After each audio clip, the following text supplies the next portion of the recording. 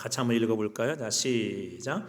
유다 왕 우시야와 요담과 아하스와 히스기야 시대에 아모스의 아들 이사야가 유다와 예루살렘에 관하여 본 계시라. 아멘. 여러분 모두 축복합니다. 정말 오랜만인 것 같아요. 우리가 이사야서를 한 3번 정도 나눠서 하려고 계획을 했고요. 왜 그러냐면 일단 분량이 많아요. 분량이 많고 사실 3번 가지고도 기억 가지고도 부족할 정도로 할 얘기가 많은데 그래도 한번 축약해서 중요한 부분만 한번 살펴보려고 합니다. 지난번에 혹시 뭘 배웠죠? 라고 물으면 아마 대답할 분이 없으실 것 같아가지고 간략하게 좀 요약을 한번 하겠습니다. 이제 이사야서를 왜 기록했을까? 선지서들은 대개 이런 구조로 되어 있어요. 대개 심판과 회복. 선지서들을 읽어갈 때는 그 구조로 보시면 돼요. 그래서 하나님께서 대개 이제 선지자들이 짠하고 등장할 때는 이스라엘의 신앙이 좋을 때가 아니에요. 좋을 때는 선지자들이 등장 안 해요. 좀 안 좋을 때. 그래 짠하고 등장해가지고 이제 뭐라고 하는 거죠? 야, 그렇게 하다가 큰일 나. 죽어. 하나님 심판은 그렇게 하다가 심판받는다? 자, 그러면서 그러나 너희들이 이렇게 돌이키면 하나님 회복시켜 줄 거야. 지금은 심판 때문에 힘들지만 너희들 회복될 거야 라는 게 일반적인 선지서의 구조예요. 그래서 이사야서도 마찬가지입니다. 이사야서가 좀 특별하다고 그랬죠. 성경이 우리가 66권인데 이사야서는 몇 장일까요? 65장이요? 누가 한 장 가져가셨나요? 네, 66장입니다. 66장. 그래서 성경하고 너무나도 흡사해요. 신약이 우리 아까 노래 불렀잖아요. 신약이 몇 권? 나 이럴 줄 알았다니까. 신약이요, 신약. 늘 익숙해하고 39권 그러시는데 신약이 27권, 구약이 몇 권이에요?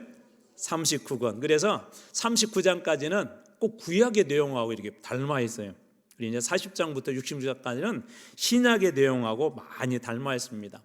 이제 본격적으로 이사야서부터 선지서가 쭉 이어지는데요. 이제 이사야서부터 끝까지 선지서거든요. 무려 이 선지서가 17권이에요. 17권. 엄청 많죠. 17권. 그러니까 우리 뭐 사복음서 그러면 4권 뭐 그러는데 선지서는 17권인데 그 중에 우리가 5권을 대선지서라고 그래요. 대선지서. 그리고 나머지 그럼 몇 권일까요? 산수 약해가지고 잘 계산 못하시나요? 12권을 소선지서라고 그래요. 왜 그런다고 그랬죠? 다 대선지서는 1번 키가 크기 때문에 대선지서라고 한다. 2번 대선지서에 나온 그 선지자들이 기록한 사람들은 정말 많은 일을 했기 때문에 대선지서라고 한다. 3번 분량이 많기 때문이다. 몇 번일까요? 네, 3번이죠. 3번 맞습니다. 그래서 대선지서, 소선지서 구분을 하는데 어떤 뭐 이분들이 뭐 활약 그런 걸 본 게 아니라 분량으로 그렇게 나누거든요. 그래서 대선지서 중에 하나가 이사야를 이제 시작으로 선지서가 17권이 쭉 이어질 것이고 그 중에 가장 첫 번째 나온 선지서가 바로 이사야서인데 그 중에서도 가장 분량이 많은 그리고 중요한 이 선지서가 이사야서입니다.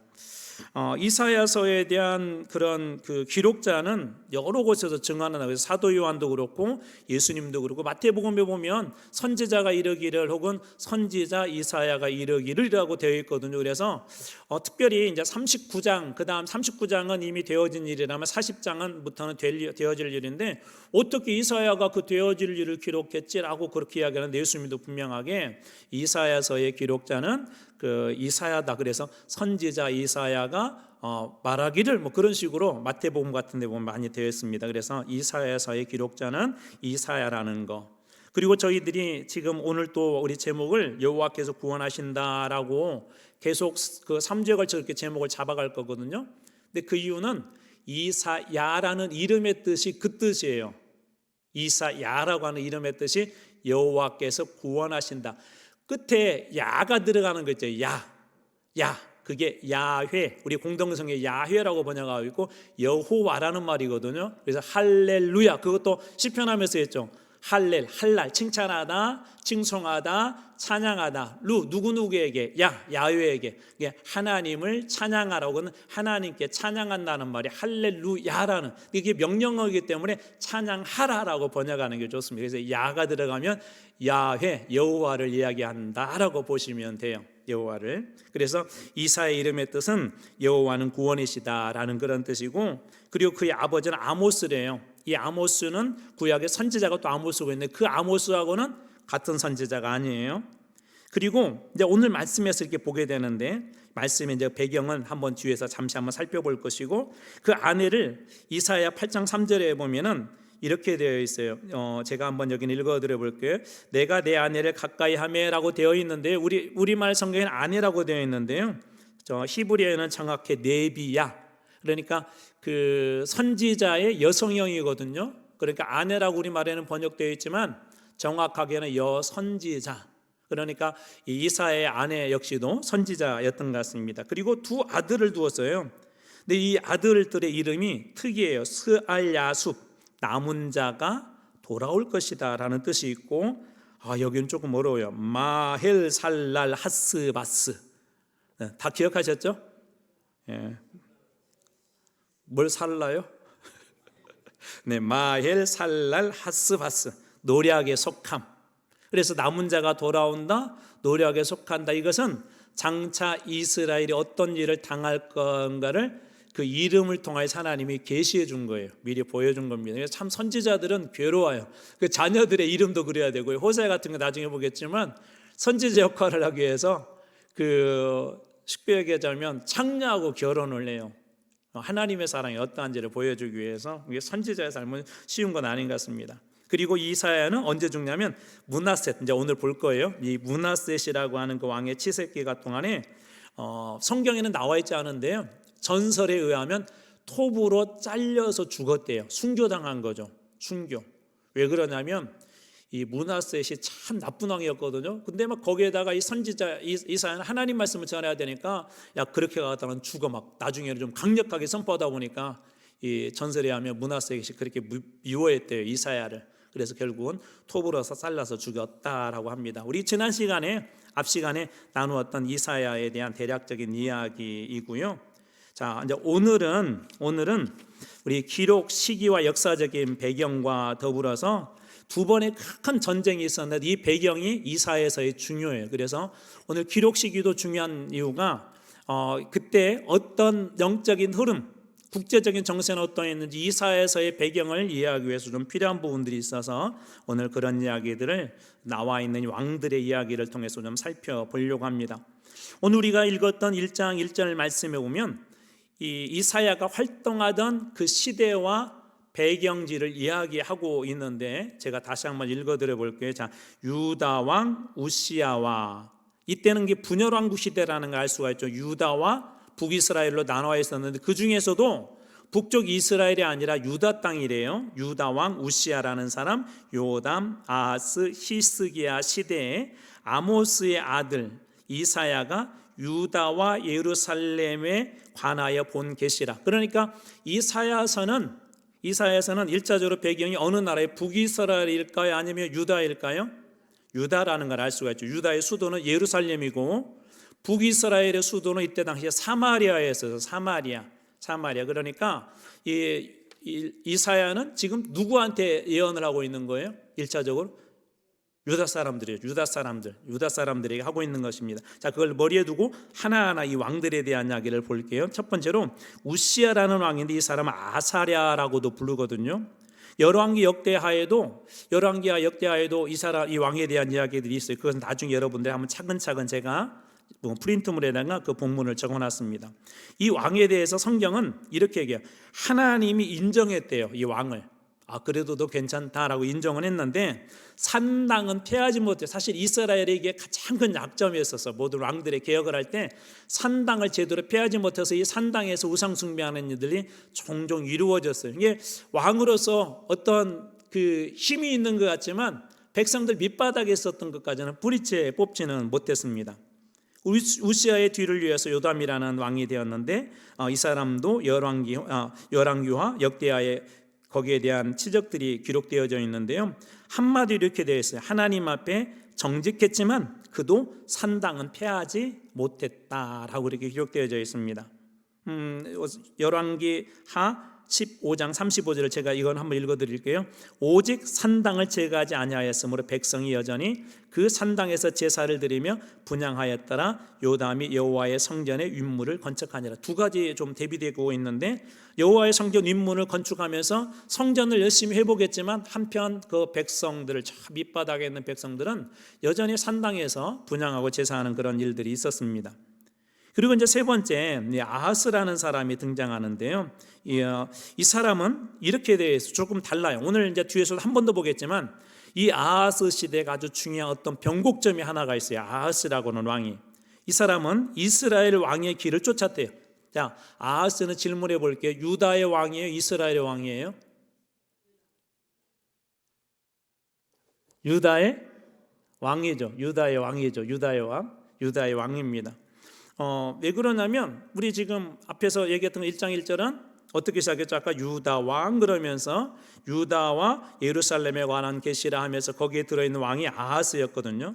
근데 이 사람이 북쪽에 있는 이스라엘은 하나님을 더 많이 떠났어요. 우상 숭배하는 일을 너무 잘했어요. 그 길을 쫓았다는 이야기고, 다메섹은 여기는 우리 시리아 지역이거든요. 거기에다가 제단을 쌓고 제사를 드리기도 했대요. 그래서 어떤 제사를 드렸냐면 이스라엘에서 상상할 수 없는 제사를 드렸는데, 열왕기하 16장 3절 이스라엘의 여러 왕의 길로 행하며 유다의 선한 왕들의 길로 행하지 않고 그 나라의 왕을 이렇게 따라갔대요. 또 여호와께서 이스라엘 자손 앞에 쫓아낸 이방 사람의 가증한 일을 따라 자기 아들을 불 가운데로 지나가게 하고, 이게 이제 우상 숭배할 때 드렸던 대표적인 제사입니다. 아들을 제물로도 드렸어요. 제가 그 얘기 한번 드렸던 것 같은데, 몰렉이라고 하는 신에게 제사를 드릴 때는 이 몰렉은 물론 모양이 조금씩 좀 변형되어 있긴 하지만 보편적으로 이런 모양이었어요. 청동으로 이렇게 손을 이렇게 딱 내밀고 있어요. 청동. 속이 텅 비어 있어요. 그래서 뒤쪽에서 혹은 앞쪽에서 밑에다가 이제 안에가 비어 있기 때문에 불을 떼게 되면 안에가 이제 열기로 가득 차겠죠. 나중에 어떻게 붉게 이제 이렇게 달아올라요. 여기가 온 손이 청동으로 됐으니까. 그때 이 아들을 갖다가 제물을 이 손 위에다 올려놓습니다. 별로 안 무서워하시는. 어떻게 한번 상상해 보세요. 상상. 우리 잠깐 막 이렇게 뭔가 요리하다가도 불에 살짝만 돼도 막 힘들잖아요. 근데 살아있는 자식을 우상한테 제물로 드리는데 그렇게 올리는 거예요. 인간이 할 수 없는 그런 짓을 하는데, 이때 당시에 그런 거랬대요. 그런 것들을.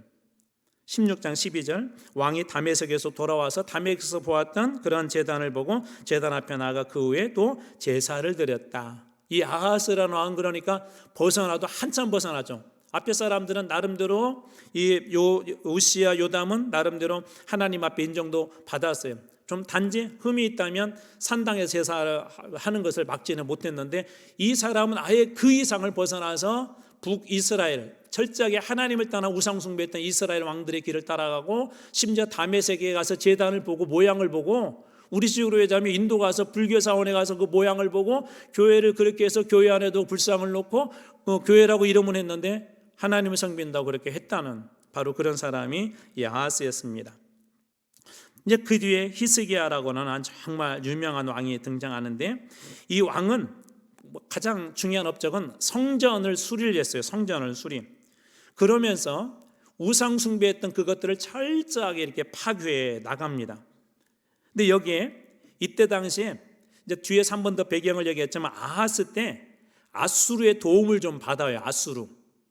그런데 이 히스기야 왕 때는 아수르를 철저하게 차단을, 이게 도움을 받는다는 게 어떤 의미가 있냐면 그냥 단순히 군사적 도움만 받는 것이 아니라 아수르의 신을 섬겨야 되거든요. 그래서 하나님의 성전도 잘 이렇게 수리하고 회복시키고 하나님을 섬기기로 하려고 하면 누구도 끊어야 되죠. 10만 끊을 수 있는 게 아니라 그 아수르도 끊어야 되겠죠. 그래서 아수르하고도 그것을 갖다가 단절을 시켜요. 그것 때문에 공격을 받아서 이사야에게 도움을 요청하기도 하고, 또 한때는 병들어 죽게 되었어요.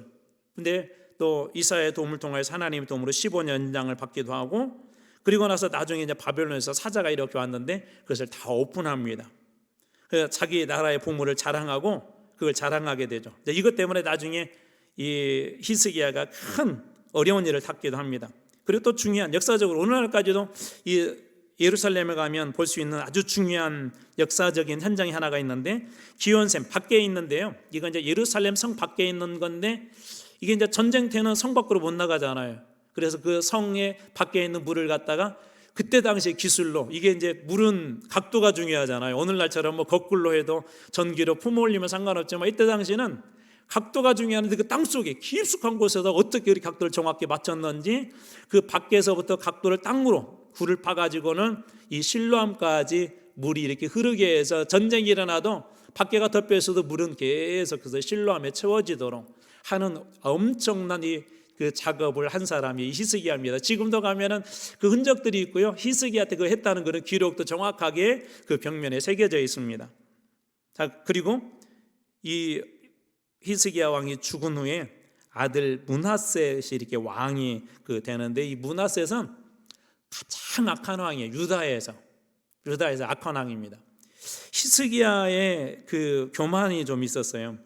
앞에 잠깐 보았던 것처럼 히스기야가 병들어 죽게 되었을 때 이런 일들이 있었죠. 이사야 38장 1절 그때 히스기야가 병들어 죽게 되니 아모스의 아들 선지자 이사야가 나아가 그에게 이르시되 여호와께서 이같이 말씀하시기를 너는 내 집에 유언하라 내가 죽고 살지 못하리라 하셨나이다. 하나님께서 이사야를 통해서 히스기야가 죽는다는 그런 예언을 하자 히스기야가 어떻게 하냐면 하나님 앞에 나가요. 즉시로. 그래서 저는 참 이 말씀이 예전에도 은혜가 됐는데 38장 2절에 보면 히스기야가 얼굴을 벽으로 향하여서 여호와께 기도했다. 왜 그렇게 했을까요? 지금 이사야를 통하여서 하나님께서 너는 이제 죽는데 그럴 때 히스기야가 그 이야기를 듣자마자 성전에 나갔는데 벽면을 향하여서 얼굴을 벽으로 향하고 하나님 앞에 기도. 왜 얼굴을 벽으로 향하고 기도했을까요?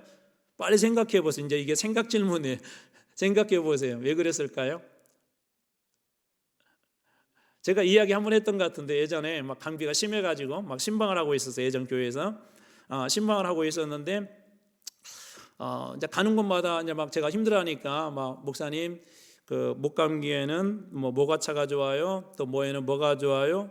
또 뭐 대파 뿌리가 좋아요. 막 다양한 그런 솔루션을 주셨는데 그 중에 한 분은 정말 멋진 솔루션을 주셨어요. 목사님 소주에다가 고춧가루 팍 뿌려서 한 잔 드시면 깨끗하게 나아요. 막 다양한 솔루션을 주시더라고요. 이게 어떤 일이 일어나면 그렇잖아요. 이게 여러분들도 그러시죠. 누가 뭐가 아프대 그러면 어느 병원 가봐 거기 잘한대. 허리 아프다면 어느 병원 가봐 거기 잘한대. 주사 한 대 맞으면 막 통증이 없어진대. 막 그런 얘기들 하시잖아요. 왜 얼굴을 벽으로 향했을까요? 이런 일이 있게 되면 수많은 얘기들을 사람들이 이야기를 해요. 비난부터 시작해서 솔루션까지. 야, 네가 얼마나 죄를 졌으면 하나님께 오죽하면 이 시대 가장 뛰어난 선지자 이사야를 통해서 그렇게 죽는다고 얘기했겠냐. 무슨 죄를 졌냐. 막 회개하라 이런 얘기부터 어떤 사람들은 이렇게 하다. 아무개 찾아가봐. 아무개 의사 찾아가봐. 이런 병에는 그 의사가 최고래. 근데 벽으로 향한 나는 건 뭐냐면 오직 하나님만 바라보겠다는 의미예요. 자기 인생에 가장 큰 위기가 있을 때 모든 것 다 끊어버리고 오직 하나님만 보겠다는, 그러니까 정말 훌륭한 왕이죠. 이 정도 되기 때문에 성정을 개혁하는 일들도 가능했을 거예요. 이때 당시 분위기는 우리 앞에서 이 아하스 시대 때 그 일어난 일을 보면 히스기야가 성전을 수리한다는 게 참 어려워요. 왜 그러냐면 반대가 많기 때문에. 근데 철저하게 하나님만 바라보고 하지 않고는 성전 수리하는 일을 할 수가 없습니다. 이게 히스기야의 신앙을 볼 수 있는 대목 중에 하나이죠. 그래서 결국은 하나님께서 히스기야의 기도를 들어주시고 그를 고쳐주십니다. 그러자 막 이게 소문이 났어요. 이사야의 예언은 정확했거든요. 근데 이사야의 그 예언을 바꿔버린 거잖아요. 그래서 이 소문이 바벨론까지 나요. 바벨론에 무로덕 발라단이 사신단을 이렇게 보냈는데 히스기야가 얼마나 기분이 좋게, 그때 당시에는 이제 아수르도 여전히 힘이 있었지만 바벨론도 막 이렇게 부상하고 있었거든요. 그러니까 세상에 이렇게 부상하고 있는 그런 나라의 왕이 내가 병이 나았다고 축하 사절단을 보내주니 얼마나 기쁘겠어요. 그래서 이 히스기야가 그때 왕의 내탕고부터 해서 모든 것을 다 보입니다. 기분 좋아서 하나님 우리나라 이렇게 축복해 주셨어. 그래서 보여주지 말아야 될 것까지 그 모든 것들을 다 보여줘. 무기고까지. 그래서 39장 2절에 보니까 히스기야가 사자들로 말미암아, 바벨론에서 온 그 사자들이에요. 기뻐하며 그들에게 보물창고 곧 은금과 향료와 보배로운 기름과 그 다음에 모든 무기고에 있는 것을 다 보여주었다. 이게 부와 그 다음에 군사력을 보여준 거죠. 부와 군사력.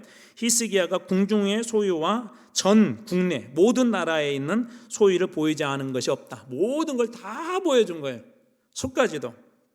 자기 아플 때 와서 이렇게 염려해주고 또 다 나았다는 그런 소식을 듣고 사절단을 보내줬으니 얼마나 기뻤겠어요. 그런데 그때 이사야가 책망하면서 이런 예언을 합니다. 39장 6절입니다. 보라, 날이 이르려니 내 집에 있는 모든 소유와 내 조상들이 오늘까지 쌓아둔 것이 모두 바벨론으로 옮김바되고 남을 것이 없으리라. 여호와의 말이니라. 이 말씀은 나중에 이제 성취가 되죠. 이 말씀은 그대로 다 나중에 성취가 되어서 예루살렘 성벽도 다 무너지게 되고 예루살렘에 있는 보물들이 전부 다 바벨론으로 옮기게 되죠. 7절 말씀, 또 내게서 태어날 자손 중 몇 사람이 사로잡혀 사람들도 바벨론 왕궁의 환관이 되리라. 가서 환관이 된대. 이제 대표적으로 다니엘 같은 사람들도 그래서 이제 붙잡혀 간 거죠. 왕족 중에. 참고로 이사야는 그 신분이 정확하지는 않은데요. 그 왕족 출신일 거다라고 그렇게 추측을 합니다. 그래서 왜 그러냐면 왕궁에 대해서 그 법도에 대해 너무 잘 알고 있기 때문에 왕족 출신으로 일반적으로 봅니다. 그래서 히스기야의 그 보면은 잘했던 그 점들은 성전술이라든지 우상을 없애는 일들 다 잘했지만 마지막 순간에 어떻게 보면 자기 자랑이잖아요. 하나님을 자랑하고 어떻게 보면 하나님을 높여드려야 되는데 우리나라가 이만큼 좋아요 보였던 그 교만이 결국은 나중에 큰 걸림돌이 되기도 하고 또 하나 더 중요한 게 있어요. 이때 만약에 이제 어떤 목사님 그렇게 얘기하시더라고요. 히스기야가 그냥 하나님 살 만큼 딱 너 그만 그랬을 때 딱 죽었으면은 이스라엘 아까 므낫셋이 어떠라고 저 뒤에 한 번 더 설명했지만 가장 악한 왕이에요. 유다에서. 그런 악한 아들이 태어나지 않았을 거다라고 말씀하신 분들도 계세요. 만약에 거기에서 끝났으면 그랬을 텐데 이 뒤에 므낫셋은 상상을 이게 초월합니다. 이 왕이요. 얼마나 악하든지 도대체 유다의 왕인지 이런 거예요. 목사님 자녀인데 타락을 했는데 타락의 끝장을 보여주는 거예요. 예를 들자면 그의 아버지는 이스라엘에서 정말 훌륭한 왕이었었거든요. 하나님 정말 잘 섬기고 마지막에 조금 교만한 마음이 있어서 보여준 거 외에는 정말 탁월한 왕인데 어떻게 그 왕 밑에 이런 왕이 나왔을까 할 정도로 정말 악한 왕이었어요. 그래서 므낫셋에 대해 잠깐 소개하자면 남유다에서 가장 악한 왕에다가 더군다나 또 이런 왕은 잘 안 죽어요. 귀신은 뭐 하는지 모르겠어요. 최장기 집권을 하죠. 최장기 집권. 우리 막 그런 말 하죠. 이럴 때 귀신은 뭐 하나 막. 귀신은 뭐 하나. 최장기 집권을 그런 한 왕이었었고 이방 사람의 가증한 일을 본받았다 그러는데 그대로 채용을 해요. 그대로. 그리고 산당. 아까 히스기야 때는 철저하게 다 부셔버렸던 앞에 두 왕들이 하지 못했던 요담이라든지 앞에 우리 우시아라든지 하지 못했던 아하스 때 하지 못했던 이것들을 갖다가 철저하게 다 없앴는데 우시아는 다시 복원을 내요. 우상 숭배를 잘하기 위해서. 열왕기하 2장 11절입니다. 유다 왕 므낫세가 이 가증한 일과 악을 행함이 그 전에 있던 아모리 사람들의 행위, 이방 사람들이죠. 아모리 사람의 행위보다 더욱 심하였고 또 그들의 우상으로 이방의 우상으로 유다 백성들을 범죄하게 하였도다. 16절 므낫세가 유다 사람들에게 유다 백성들에게 범죄하게 하여 여호와께서 보시기에 악을 행한 것 외에도 무죄한 자의 피를 심히 많이 흘려 예루살렘 이 끝에서 저 끝까지 피가 가득하게 했다. 원망이 가득하게 했다. 사람들을 많이 죽였다.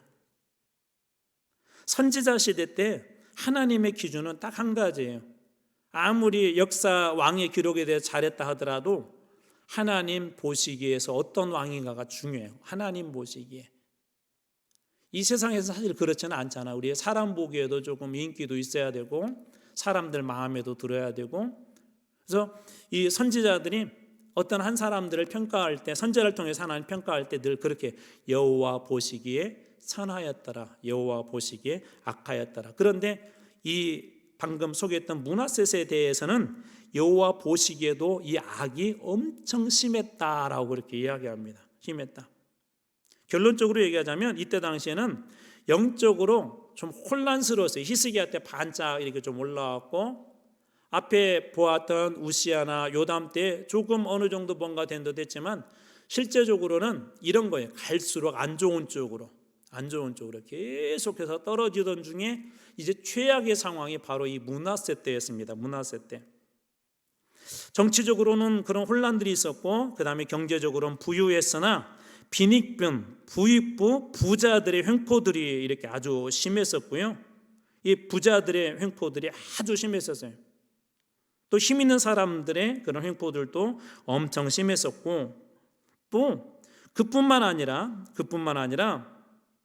이스라엘의 그 역사 가운데서 가장 어두운, 유다 역사 가운데서 가장 어두운 시기가 바로 이 므낫셋 시기였습니다. 그래서 정치, 정신적으로, 그 다음에 종교적으로도 혼탁하고 혼란스럽고, 마치 창세기 1장에 나온 것처럼 흑암이 깊음 위에 있고 라고 되어 있는 것처럼 흑암이 깊음 위에 있는 그런 영적 상황들이 바로 이 므낫셋 때였습니다. 이때까지가 바로 이사야가 활동하던 시대예요. 이게 반짝 히스기야 때 무엇인가 좀 되는 듯 했는데 바로 더 악한 것으로 이렇게 돌아서 버리죠. 이게 개혁이라는 게 쉽지가 않아요. 사람의 성품도 한꺼번에 바뀌지 않잖아요. 긴 시간이 필요한 것처럼 교회는 끊임없이 우리 스스로를 개혁해야 돼요. 개혁. 그래서 우리 교회를 개혁교회, 리폼드 처치라고 합니다. 리폼드 처치. 루터 이후에 칼빈 이후에 그 후예들, 그 교회들을 우리가 리폼드 처치, 끊임없이 이 개혁해 나가지 아니하면 이 악에 빠지는 건 순식간이에요. 나중에 우리 청년들이 이렇게 결혼해서 아이들 이렇게 자꾸 키워보면 알겠지만, 아이들이 나쁜 건 안 가르쳐줘도 왜 이렇게 잘 배우는지 모르겠어요. 나쁜 것은 진짜 나쁜 말 안 가르쳐줘도 잘해요. 근데 좋은 말은 몇 번 가르쳐야 겨우 해내요. 이렇게 생각하는 것이나 행동하는 것이나, 그게 우리 인간의 본성 자체가 스스로를 늘 그렇게 똑바로 가려고 정신 차리지 않으면 악으로 빠지는, 우리가 지금 므낫셋 얘기했지만 빠지는 건 므낫셋처럼 된다는 건 어느 누구도 장담 못합니다. 안 된다는 그런 거죠. 가끔 텔레비전에 아주 소위 막 나쁜 사람들 이렇게 막 붙잡히고 세상에 저 사람이 그런 일을 할 수 있나라고 그러면서 이제 이웃들 인터뷰 이렇게 들어보면 99.9%는요 모든 분들이 의아해요. 너무 좋았다는 거예요. 그 사람이 말도 없고 조용조용하게 정말 그렇게 큰 문제도 없이 이 동네 안에서 그렇게 살아가던 그런 사람이 그렇게 빠질 수 있었을까라고 사람들이 의아해합니다. 의아해. 근데 어느 누구나 그렇게 빠질 수 있다는 거예요. 근데 이제 이런 상황들은 므낫셋에게만 있는 것이 아니라 우리들에게도 있을 수 있습니다. 오전에도 우리 선택에 대한 어떤 중요한 키워드 중에 하나 말씀을 나눴는데, 그 부분에서 어떻게 우리가 선택할 것인가, 어떤 결정을 할 것인가, 어떻게 체인지할 것, 변화될 것인가가 늘 고민하지 않으면 그렇게 될 수 있다는 것입니다. 이때 당시에 이사야 시대 때 아주 중요한 두 번의 전쟁, 이것이 또 이사야에서 아주 중요해요. 왜 그러냐면 이 전쟁을 통하여서 무엇인가 영향력이 일어났거든요. 첫 번째 전쟁은 우리가 이렇게 볼래요. 수리아 에브라임 전쟁이라고 하는데 7장에서 9장인데, 이 수리아는 시리아를 얘기하고요. 우리가 이제 아람, 여기도 거기 속해요. 에브라임은 북이스라엘을 속합니다. 북이스라엘을 얘기해요. 그러니까 북이스라엘과 시리아가 연합하여서 일으킨 전쟁, 그렇게 해석하시면 돼요. 다시 시리아와 북이스라엘이 연합하여서 일으킨 전쟁이라고 보시면 되는데, 이게 무슨 그 이야기냐면요. 이게 무슨 이야기냐면, 여기에도 연도를 이렇게 짧게 제가 써놓았지만, 주전 734년 때 아하스 왕 때, 아까 우리 아하스라는 그 왕 보았었잖아요. 이때 당시에 어떤 일들이 있었냐면, 아수르의 디글랏 빌레셋 3세라고 하는 사람이 왕이 되었어요. 디글랏 빌레셋 3세. 이 사람이 왕이 되었는데, 왕이 되면서 어떤 정책을 하느냐면 아수르가 그때 당시에 팽창 정책을 하고 그 다음에 정복 지역에 대해서는 철저하게 아수르 국가의 신을 그들 여러 신들 중에 자기 신을 섬기도록 합니다. 이 왕이 자기가 정복했던 그런 나라들, 그리고 그 지배권 아래에 있는 그런 나라들을 그렇게 해요. 근데 이 고대에서는 자기가 섬기는 신들이 아주 중요했거든요. 자기 나라의 신들이. 전쟁도 신들의 전쟁이에요. 근데 예를 들어서 요즘도 뭐 우리나라도 많이 위상이 높여졌지만 여전히 미국의 눈치도 봐야 되고 주변 국가에 어떤 뭐 경제적인 거나 정치적인 거 할 때 상의를 아주 독단적으로 할 수 없는 그런 영역의 일들이 있어요. 그런데 아수르라는 그 나라가 이 디글라필레셋이 왕에 딱 오르고 난 뒤에 우리의 그 의견을 받고 지배하여 있는 모든 나라들은 너희들 신이 있지만 우리 신을 섬겨야 된다고 하는 그런 강력한 그런 전쟁을 펼치기 시작합니다. 그것뿐만 아니라 정치 및 그런 문화를 이끌어가던 상류층들을 갖다가 예를 들어서 우리 용봉동에 있는 상류층들을 다 빼버리고 자기네들의 그 상류층을 여기다 집어넣어요. 이걸 섞어버려요. 쉽게 얘기하면 힘을 약화시키기 위해서 그렇게 한 것이죠. 그러다 보니까 여기에 대한 반아수르 팀들이 생겨나. 반아수르. 우리는 그렇게 못해. 그 대표적인 나라가 바로 여기 수리와 에브라임, 시리아와 그리고 북이스라엘이 연합을 하게 돼요. 연합을 하게 되면서 아하스 왕에게 이제 남쪽 유다 아하스 왕한테 야, 세상에 저렇게 지금 디글라필레셋에 저렇게 하는데 우리 빨리 연합을 하자. 약간 그것에 대해서 한번 우리 대항을 하자. 딱 그러는데 이 아하스가 눈치를 보니까 그러다 큰일 날 것 같아. 그래 나는 우리 아수르 대적 안 할 거야 하고 자기는 거기서 발을 이렇게 쭉 빼요. 근데 그때 이사야가 뭐라고 하냐면 야 아수르 두려워하지 마. 아수르 세계가 다 내게 속했고 내가 내 손 안에 있는 거 아니냐? 그렇게 하는데도 이 아하스는 이게 발을 이게 그 연합에서 쭉 빼면서 어디에다가 가서 도움을 요청하냐면 아수르에 가서 도움을 요청을 해요. 왜 그러냐면 연합 안 한다고 하니까 이 두 나라가 연합을 해서 유다를 침공하려고 했거든요. 그러니까 이 유다를 침공하면 자기 나라가 어려워지니까 그때 이제 누구한테 도움 요청해야겠어요? 이 반아수르 팀이니까 아수르에 이제 도움을 요청해야 되겠죠. 이 왕이 아수르의 도움을 요청했는데 이게 결정적인 실수가 됩니다. 나중에 어쩔 수 없이 그들의 신도 받아들여야 됐었고 나중에 갈릴리와 그 다음에 요단 동평에 있는 땅들을 이 아수르에게 다 빼앗겨 버려요. 그리고 나서 다 빼앗겨 버립니다. 바로 이것 때문에 이제 일어난 전쟁이 수리아와 그 에브라임의 그 전쟁이에요. 이제 이때 이제 가장 우리 잘 아는 말씀 한 절이 등장해요. 아하스가 거절을 했고 수리아 북이스라엘이 연합하고 위협을 하자 유다가 두려움 속에 있을 때 하나님께서 이스라엘을 주신 말씀이 하나님께만 구하라. 그런데 구하기를 거절하는 그때 아주 그 유명한 말씀 나오거든요. 이사야 7장 14절. 그러므로 주께서 친히 징조를 너에게 주실 것이라. 보라 처녀가 잉태의 아들을 낳을 것인데 그의 이름을 임마누엘이라 하리라. 이런 변경에서 나온 말씀이 이 말씀이세요. 자, 결국 동맹의 거절로 반아수르 그 동맹의 유다를 그 영맹의 그 유다를 침략하게 되고 하나님의 약속을 무시하고 아수르에게 동맹을 했던 이 유다는 그것 때문에 오히려 더 깊은 우상 숭배에 빠지게 됩니다. 일시적으로 문제가 해결이 됐지만 아까 이 디글라필레셋은 어떻게 했다고요? 철저하게 자기의 그 신앙, 자기 나라의 그 신을 갖다가 이렇게 섬기게 했다고 그랬잖아요. 그래서 거기에 다 빠질 수밖에 없었어요. 그래서 결국은 오히려 더 큰 위기 속에 들어가죠. 그러니까 히스기야가 개혁한 게 엄청난 거죠. 그런 상황에서 개혁을 단행을 했으니까 아수르라고 큰 나라를 단절시키고 신을 단절시키고 다시 여호와 하나님만을 섬기기 위해 성전을 수리하고 했던 그게 보통 그 어택이라든지 또 반대라든지 그런 게 심했을 것 같은데 그런 일들을 정말 잘 감당한 게 그 히스기야예요. 자, 두 번째 전쟁 또 하나가 있어요. 아주 중요한 이 전쟁인데 그것은 아수르의 사네립이 침공을 하게 됩니다. 아하스는 그렇게 해서 전쟁이 아수르하고는 없었어요. 관계가 조공을 바치겠다고 했으니까 문제가 없었는데 문제는 히스기야가 딱 등장하면서 나는 하나님만 섬길 거야. 너희들 선 안 섬기고 모든 걸 다 끊었단 말이에요. 전부 다 조공도 안 받죠. 그러니까 아수르 입장에서는 화가 났겠죠.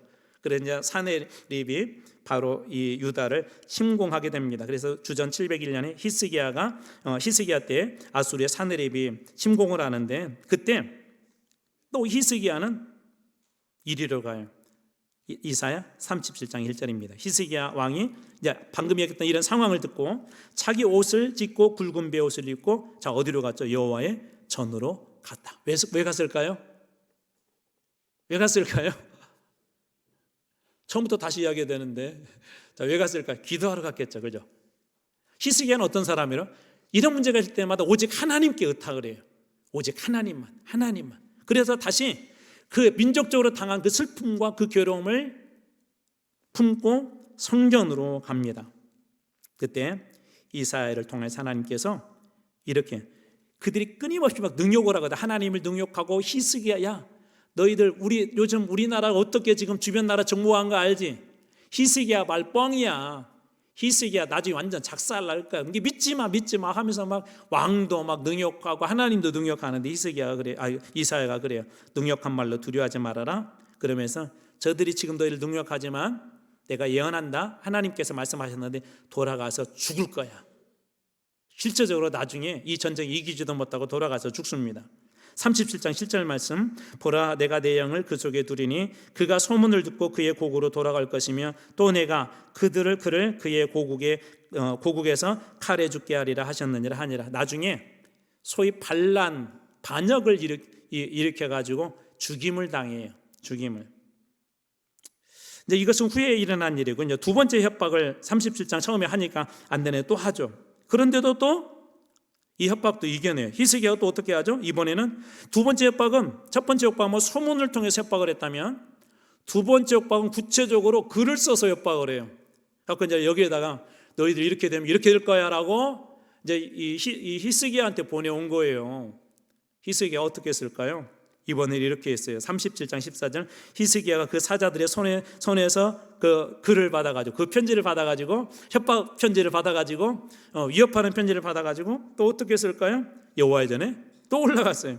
그 글을 여호와 앞에서 펴놓고 누구 앞에 또 이렇게 해결해달라고, 하나님 앞에. 자기 생명의 문제도 위협의 문제도 늘 히스기야는 그렇게 했던 사람들이죠. 그때 이사야가 이제 37장 그 후반에 이런 예언들을 하는데 간단히 읽어보겠습니다. 아모스의 아들 이사야가 사랑을 원하여 히스기야 이르되 이스라엘 하나님 여호와께서 말씀하시되 내가 아수르의 사네립 왕의 일로 내게 기도하였나 하시고, 하나님께서 그걸 들으셨다는 거죠. 여호와께서 그에 대하여 이같이 이르시되 처녀딸 시온은 예루살렘을 보통 이야기하고 유다를 이야기합니다. 너를 멸시하며 조소하였고 또 딸 예루살렘이 너를 향하여 머리를 흔들었느니라. 내가 해방하며 능력한 것이 누구에게냐? 내가 소리를 높이며 눈을 높이 들어 향한 것이 누구에게냐? 곧 이스라엘의 거룩하신 이에게니라. 하나님을 어떻게 보았냐면 유다에게 향한 그런 조롱과 그것을 그냥 그 민족에게 한 것으로 본 것이 아니라 하나님의 한 것으로 보았어요. 하나님께로. 왜 그러냐면 히스기야는 늘 자기의 나라라고 보지 하나님의 나라로 보았습니다. 그래서 나라의 문제가 있을 때마다 그 하나님께 보았던 것이죠. 갔던 것이죠. 29절, 내가 나를 거슬려 분노함과 내 오만함이 내 귀에 들렸으므로 내가 갈고리로, 지금 이 이야기는 누구한테가 아니라 사네립한테 얘기하는 거예요. 계속해서 내 코를 꿰며 재갈을 내 입에 물려 너를 오던 길로 돌아가게 하리라 하셨나이다. 지금 이사야가 히스기야한테 그렇게 얘기하는 거예요. 지금 막 이렇게 능욕하고 막 힘들게 하고 그건 하나님 말씀하셔서 하나님을 능욕한 거래. 그리고 지금 이렇게 왔지만 그 길로 다시 돌아갈 것이래. 우리 앞에 얘기로 가자면 돌아가서 칼에 맞아 죽을 것이래. 그런 그 예언을 그렇게 합니다. 그 실제적으로 예언이 성취가 되어지는데 이사야 37장 36절, 여호와의 사자가 나가서 아수르 진중에 18만 5천 명을 쳤으므로 아침에 일어나 본즉 시체뿐이었더라. 다 죽었고 그리고 남아있는 이에 아수르 왕 사네립이 떠나 돌아가 니느웨는 아수르의 수도였습니다. 자, 니느웨로 돌아가 거주했는데 38절, 자기의 신, 이 신을 갖다가 믿으라고 했었죠. 니스룩 그 신전에서 경배할 때 그의 아들 아드람멜렉과 사레셀이 그를 칼로 죽였다. 아라 땅으로 도망하였고 그의 아들 에사라돈이 이어서 왕이 되었다. 이사의 예언대로 그대로 된 거죠. 이 사네립의 그 침공은 첫 번째 수리아와 에브라임 그 연합군의 그 침공보다도 훨씬 더 사실은 좀 강력했어요. 어떻게 보면 직접 이렇게 왕이 직접 앞장서서 하는 그런 전쟁이었기 때문에 이길 수 없는 그런 전쟁이었었죠. 우리는 히스기야 모습에서 지금 무엇을 보고 보았던 거죠? 계속해서 자기 문제가 있을 때도 벽을 향해서 하나님 앞에 서고, 협박을 당할 때도 하나님 앞에 가고, 나중에 심지어 문서로 구체적으로 위협을 당할 때도 그는 하나님의 전에 나갑니다. 그때 누가 이 모든 일을 정리하셨어요? 하나님께서. 가끔 이제 이렇게 그 헌금하시다 보면 기도 제목이 올라오신 분들이 계세요. 헌금에다가 한 요즘 이런 상황인데 하나님 이런 부분들을 제 기도를 들어주세요. 히스기야가 글로 하나님 앞에 어떻게 오면 그 글을 그대로 가지고 나간 것처럼 하나님 앞에 올려드리는 그런 기도들이에요. 그래서 여러분들이 묵상하다가 글로 쓴 것도 하나님은 그런 기도를 또 기쁘게 받으세요. 중요한 게 한 가지가 있어요. 그럴 때마다 벽을 향하여서 얼굴을 벽으로 향한 것처럼 하나님만 바라봤던 그런 히스기야의 그 모든 삶들이 이런 모든 전쟁의 판도와 국제 지형의 판도를 바꿨음을, 다시 말해서 이사야가 보여주고 싶은 것은 여호와께서 구원하시는데 모든 나라 열방의 주인이 누구라는 거죠? 하나님이시라는 거예요. 열방의 주인. 우리 모든 삶을 주관하신 분이 하나님이시라는 것입니다. 사랑하는 성도 여러분, 여러분의 그 삶 속에서도 이 이사야의 이름처럼 여호와께서 구원해 주시는 그런 일들이 충만하길 주님으로 축원합니다. 그래서 늘 그런 문제를 닥칠 때마다 그렇게 선하, 여호와께서 구원하신다. 여호와께서 오늘 일하신다. 여호와께서 구원하신다. 이사야 이름을 자꾸 이렇게 이 성경에 되새긴 이유는 하나님께서 그렇게 하실 것을 우리들에게도 약속하신 거예요. 그래서 그런 문제 있을 때마다 여러분들 선포한 그대로 여호와께서 구원하신다 선포하실 때 여러분의 삶에도 구원해 주시고 이렇게 세워지는 놀라운 역사가 있기를 주님의 이름으로 축원합니다.